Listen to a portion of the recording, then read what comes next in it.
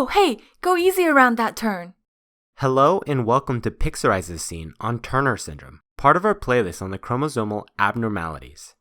Maybe the bad guys will get away this time, if they can make it around the turn, that is. First, notice this XO on this license plate. Hugs and kisses? Nah, we're talking about a 45XO karyotype here, in which patients are missing a sex chromosome. The lack of a second sex chromosome is the fundamental cause of Turner syndrome. Next, notice the hot pink color of this getaway car, with a lipstick mark on the license plate. Ha! They'll never catch me around this turn. This feminine car should remind you that Turner syndrome is observed only in females.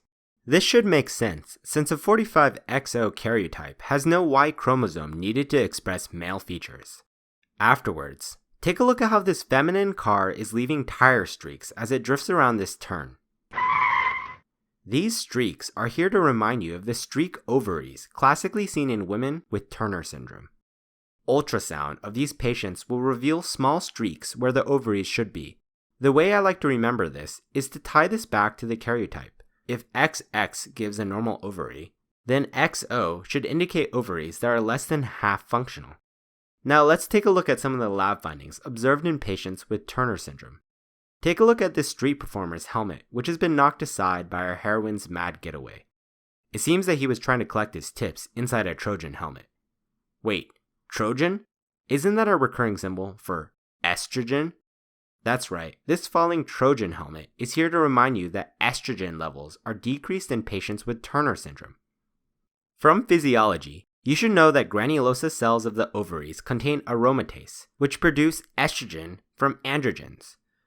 The premature ovarian failure, or streak ovaries, means that these granulosa cells are also dysfunctional, resulting in decreased estrogen levels. Next, focus your gaze at the instrument in our performer's hand. A lute? This lute is our recurring symbol for luteinizing hormone, or LH. Notice how he's lifting his lute in the air in anger at this driver who has knocked over his tip hat. This is because luteinizing hormone is also increased in Turner syndrome. If you shift your gaze right, you'll notice a pet store selling fish, placed at the same level as the lute. These fish are a recurring symbol for FSH, or follicle stimulating hormone. Since these fish are also high up in the scene, this should help you remember that FSH levels are also increased in Turner syndrome. This increase in LH and FSH results because of a loss of feedback inhibition. Now, this is high yield, so I'm going to repeat it again. LH and FSH levels increase because of loss of feedback inhibition. Estrogen is normally continuously measured by the hypothalamus and pituitary gland, and this decrease in estrogen seen in Turner syndrome causes a compensatory increase in FSH and LH. Problem is, without a functional ovary, there's no way that this increase in FSH or LH can create the desired increase in estrogen. Therefore, we get Turner syndrome. Now let's shift gears and talk about the clinical features seen in this syndrome. Specifically, I want you to remember the runaway car is a lowrider. Why so short, you ask? Well, that's because patients with Turner syndrome classically present with short stature, often requiring growth hormone therapy in order to achieve normal height. Next, take a look at the shield crest on this cop car. This shield crest should remind you of the clinical finding of shield chest in patients with Turner syndrome. This is just one of the many clinical features you have to memorize. Just remember this police car making this chase around this turn, and you'll have this one down. Afterwards, notice these sidewalk cellar doors on the side of this pet shop. I guess that's where the pet store puts their extra stuff. This cellar door has two sides, which resemble cusps. Wait, two cusps? That's right, we're talking about a bicuspid aortic valve, a common cardiac finding in patients with Turner syndrome.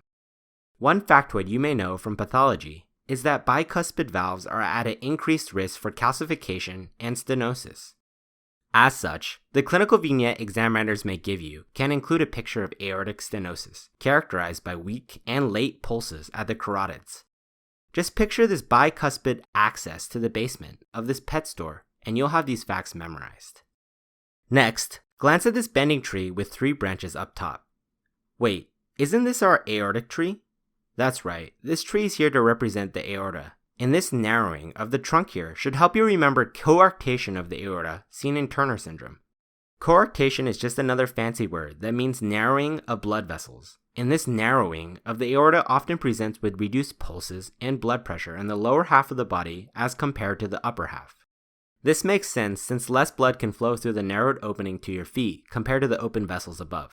Therefore, a difference in the pulse strength between the femoral and brachial pulses should tip you off to think about coarctation and Turner syndrome. Next, take a look at the sleeping person in the cop car. See his turtleneck and neck pillow? The turtleneck is here to help you remember the webbed neck seen in patients with Turner syndrome, while the neck pillow is our recurring symbol for cystic hygroma. Both of these findings are a result of lymphatic defects commonly seen in patients with Turner syndrome. But did you also notice how this person is sleeping with his feet in the air? He's showcasing his pretty puffy sweatpants. These puffy sweatpants should help you remember the lymphedema or swelling of the extremities that result because of poor lymphatic drainage in Turner syndrome. Patients with this syndrome often present with excessive swelling of their arms and feet. Afterwards, take a look at this woman making her latest graffiti masterpiece on this wall. Like any avant-garde artist, she's wearing a hipster fanny pack. The horseshoe shape of this fanny pack should help you remember horseshoe kidney seen in patients with Turner syndrome. Finally, let's take a look at what she's spray painting in red. The subject looks like a woman, but the painting is incomplete since she ran out of spray paint. This lack of red spray should help you remember the amenorrhea or lack of menses seen in these patients. Turner syndrome is the most common cause of primary amenorrhea, and the lack of menses in a short teenage girl is a classic clinical presentation you should be aware of for your exams. The pathophysiology can once again be explained by the streak ovaries. Basically, Turner patients have no follicles, no eggs, or as a common mnemonic says, menopause before menarche. Menses are normally caused by hormonal cycles resulting from the growth and rupture of follicles. In Turner syndrome, no follicles means no menses. Simple as that. But what happened to the rest of her spray painting? This woman's missing a good portion of the private parts. We've drawn this here to help you remember the lack of secondary sex characteristics like breasts and pubic hair development in patients with Turner syndrome. This should make sense since the development of these characteristics is based on estrogen. We've already established that estrogen levels are decreased in Turner syndrome, so the lack of breast and pubic hair development should only be expected. Before we end here, I'd like to quickly touch on how you may be tested on this disease. Specifically, exam writers will often give you a picture of primary amenorrhea, and then you'll have to differentiate between Turner syndrome, Müllerian agenesis, androgen insensitivity syndrome, and defects of the endocrine HPO axis. Note that in Turner syndrome, patients have a uterus, as opposed to Müllerian agenesis, which is caused by a normal karyotype but no development of female Müllerian structures like the uterus. Patients also have a 45XO karyotype, as opposed to the 46XY karyotype seen in androgen insensitivity syndrome. And lastly, patients have elevated LH and FSH levels because of lack of feedback inhibition. This is opposed to the low LH and FSH levels that are caused by poor GnRH release and hypogonadotropic hypogonadism. And that's it for Turner syndrome. Did the baddies get away again? We'll see you next time.